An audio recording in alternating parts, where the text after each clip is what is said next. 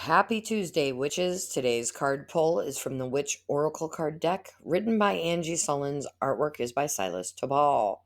Today's note from our Witch's Almanac is that the moon is in Leo. Goddess of Grace.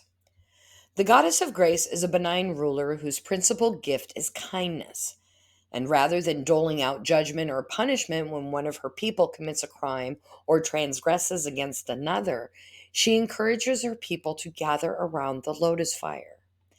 The offender is brought to the fire, and there all the members of the community name every good deed and kindness that the offender has ever performed since childhood. In this way, the wayward soul is brought home to herself and her community rather than ostracized through retribution or shame, which is something we know way too much about.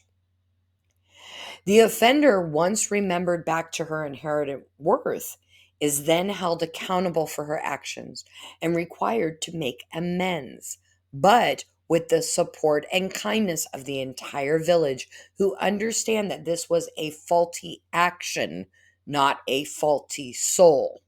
People make mistakes. How are we going to handle it?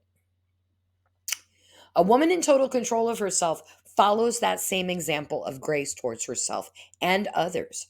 When her actions have gone astray or caused harm, she reminds herself of all of the goodness that is within her own depths, allowing herself to drink from the chalice of human kindness. But she is also willing to take action, cutting away the shame and the sting of her own transgression with the sword of accountability. She makes amends and resolves to do better. As Maya Angelou once said, you do the best you can with what you know, and when you know better, do better.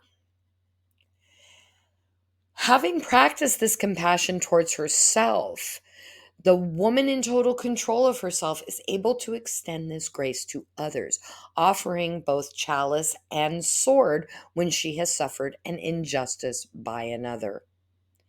Today's challenge: what can you hold yourself accountable for today? Reminding yourself that it was a faulty action. It is not because you had a faulty soul.